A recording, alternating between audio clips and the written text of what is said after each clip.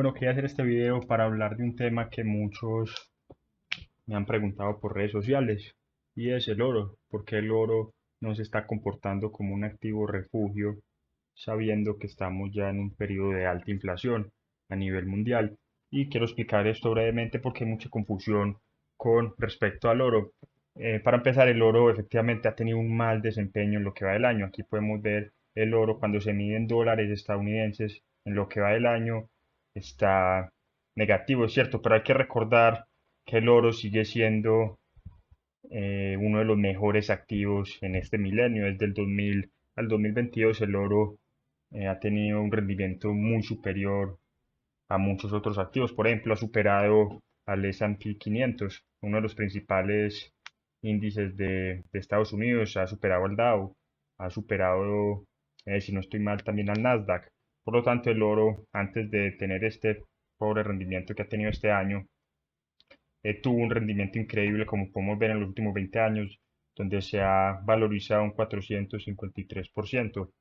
Eso es un aumento muy grande, ¿cierto? Para un activo que se supone que es conservador como el oro, un activo que no tiene ningún rendimiento, que no paga ni dividendos, ni renta, ni intereses, ¿cierto? Simplemente es un commodity que se sienta ahí sin producir nada, como dice Warren Buffett. Pero más allá de esto, si bien el oro ha tenido un rendimiento muy bueno en los últimos 20 años, en términos de dólares, en el último año ha tenido un rendimiento muy pobre, teniendo en cuenta que la inflación se ha disparado. Uno esperaría que en base a estos datos inflacionarios los mercados estarían reaccionando y comprando oro, pero no han hecho esto. De hecho, han vendido oro y han comprado dólares estadounidenses. Y esto se refleja aquí, en el índice del dólar, que cada vez se acerca más al 110. Sigue alcanzando récords en casi todas las monedas, en el euro. De hecho, el día de hoy alcanzó la paridad con el euro, algo que no se veía en 20 años. Un dólar equivale a un euro hoy en día. Eso muestra la fortaleza que ha tenido el dólar. También se ha valorizado con respecto al franco suizo, con respecto, bueno, por no decir a las monedas en Latinoamérica, al yen también, a la moneda de China. Así que el dólar ha tenido eh, unos rendimientos positivos este año cuando se compara con las demás monedas. Se ha fortalecido mucho y, por supuesto, esto es debido al temor de una recesión a nivel global. Los mercados recuerdan que en las últimas recesiones el dólar siempre se fortaleció, por lo tanto se están anticipando a una recesión que en mi opinión ya estamos en ella, aunque todavía no es oficial. Los mercados están anticipando esta noticia y están comprando dólares, están vendiendo acciones, están vendiendo bienes raíces, están vendiendo bonos, están vendiendo commodities, están vendiendo las monedas de los países y están comprando dólares. Y esto se refleja aquí en el índice del dólar. También hay incertidumbre con respecto a Putin, con respecto a la guerra de Ucrania, con respecto a la situación en Europa, ¿cierto? El Banco Central Europeo todavía se niega a subir las tasas de interés a pesar de que la inflación está fuera de control. Y todo esto son buenas noticias para el dólar, que si bien la Reserva Federal no ha subido las tasas de interés lo suficiente, al menos las ha subido un poco, al menos pretende que va a combatir la inflación. Al menos ha hablado de combatirla, de hacer todo lo que sea necesario para traerla otra vez a la meta objetivo, que es un 2% de inflación al año. Los mercados se han mostrado tranquilos con estas noticias y aparentemente confían en el dólar. Pero bueno, ya sabemos qué le ha pasado al oro cuando se le mide en dólares. ¿Cierto? Ha tenido un rendimiento excelente en los últimos 20 años, pero en el último año, cuando de verdad nos empezamos a preocupar por la inflación, cuando los precios han comenzado a dispararse, el oro no ha respondido como muchos esperaban. Pero esto es cierto solamente si se le mide en dólares. Por ejemplo, midamos el oro en términos de la moneda de Brasil y también ha tenido un rendimiento negativo, pero no tan negativo eh, como en dólares.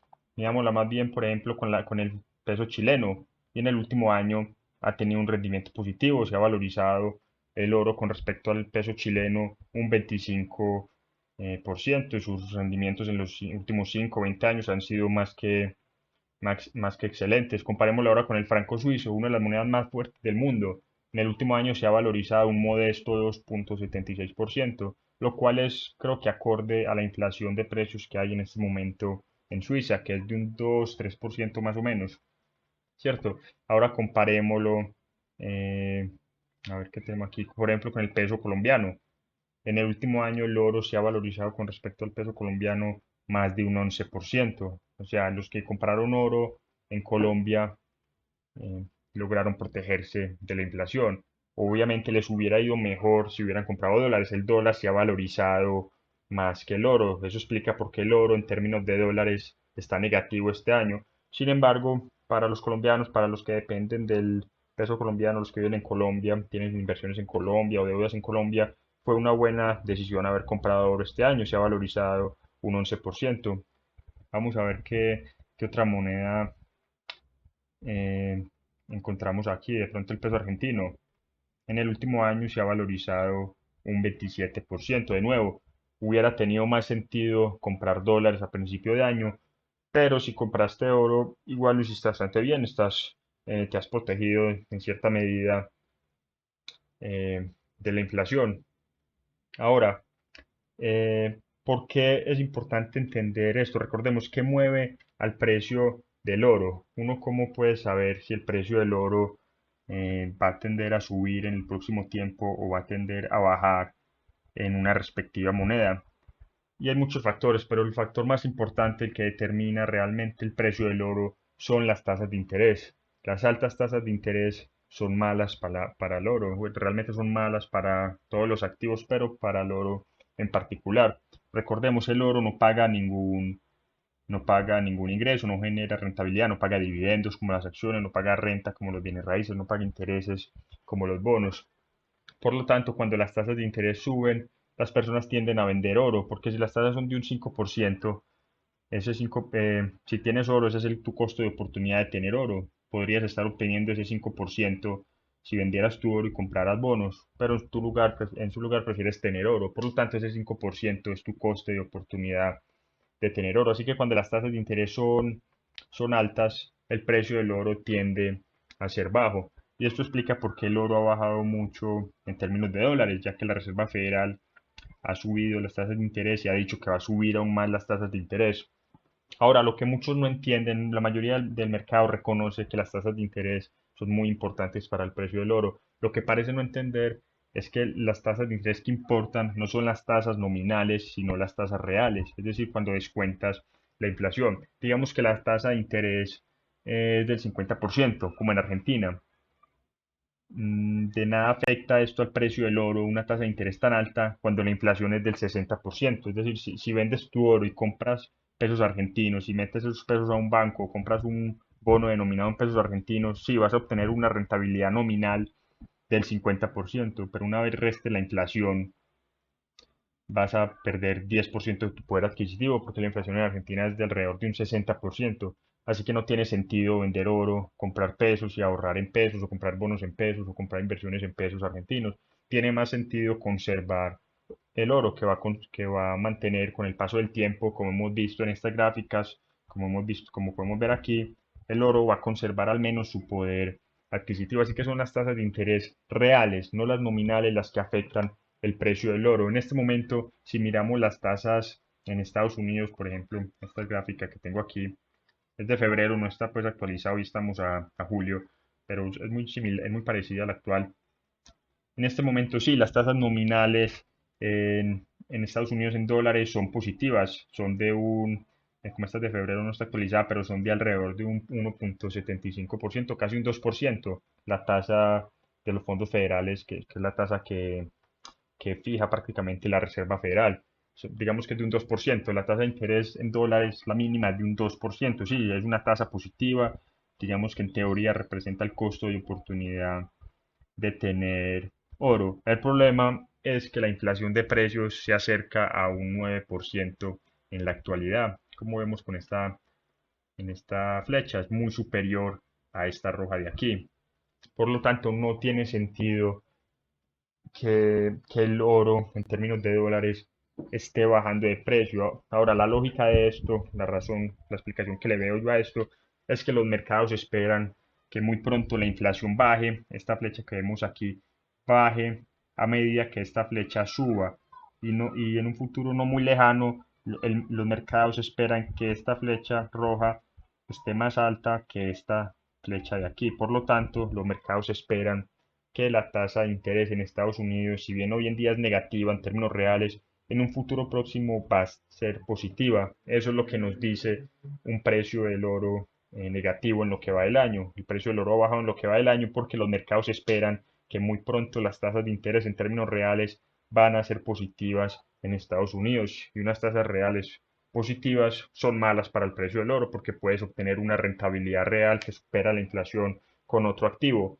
Por lo tanto, no tiene sentido tener oro. El oro tiene sentido cuando tu dinero se deprecia a una tasa más rápida de la tasa que te paga el banco cuando depositas tu dinero, o un certificado de depósito, o un bono del tesoro. Ahí sí tiene sentido tener oro, pero si un certificado de depósito te paga una tasa de interés más alta que la tasa de inflación, entonces no tiene mucho sentido tener oro. Para eso simplemente recolectas tus intereses periódicamente y no tiene la necesidad de pagar por almacenar oro, ¿cierto? Preocuparte de dónde guardarlo y ese tipo de cosas.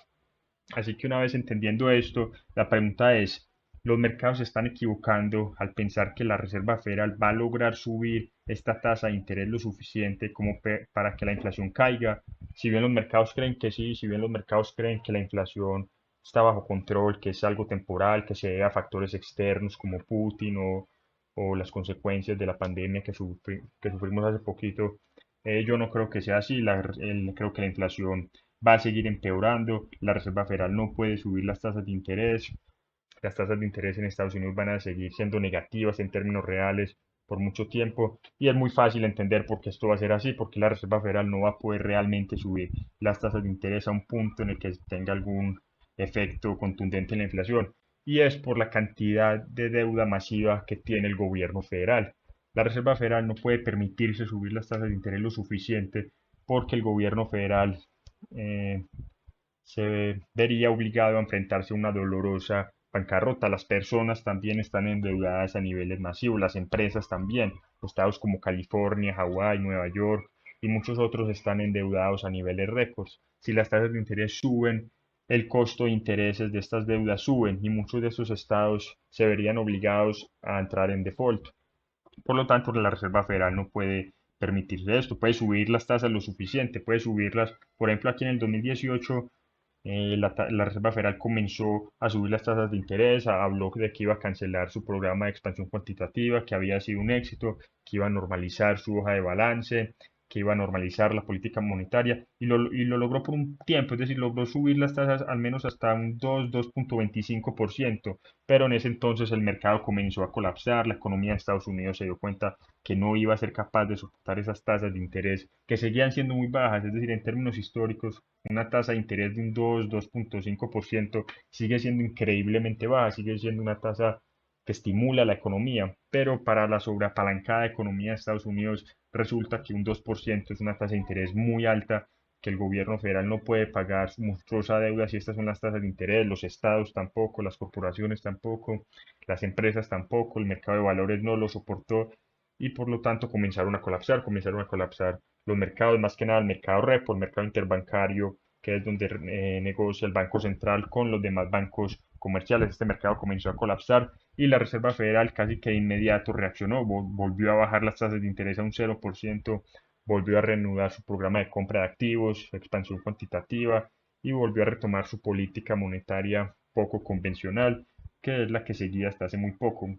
Así que la Reserva Federal puede pretender que va a subir las tasas de interés para combatir la inflación, pero esto son solo palabras. No puede hacerlo realmente sin colapsar la economía, sin colapsar los mercados y sin obligar al gobierno federal a declararse en bancarrota. Así que sí, el oro a corto plazo, en lo que va del año, si se mide en dólares, sí ha tenido un rendimiento negativo, pero si se lo mide en muchas monedas, ha tenido un rendimiento positivo, y lo más seguro es que en los próximos 5, 10, 15 o 20 años va a tener un rendimiento positivo con respecto al dólar. Y es muy fácil saber por qué una vez se entiende la situación en la que está el gobierno federal de Estados Unidos, la hoja de balance de la Reserva Federal que ya llegó a 9 billones de dólares. Es muy duro reducir este balance, reducir la oferta monetaria para combatir la inflación. Es muy duro hacer todo esto cuando permites que tu hoja de balance llegue a este nivel.